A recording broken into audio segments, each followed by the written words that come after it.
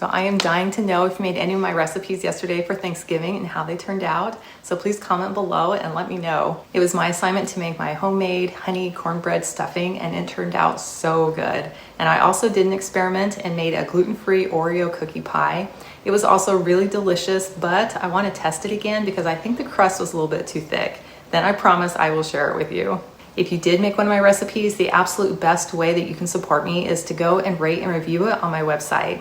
It helps other people know what to expect, and it honestly makes my day to hear from you. And real quick, my Black Friday sale is happening right now on my Gentle Foodie Club membership. It's normally $12.99 a month, but I dropped it to $5.99 to make it super affordable. You get weekly meal plans with seasonal recipes, so you're never staring at your fridge wondering what to make for dinner. There's no contracts, and you can cancel anytime. Oh, and tonight we're having the missionaries over for dinner, so I'm experimenting with a Marry Me chicken soup.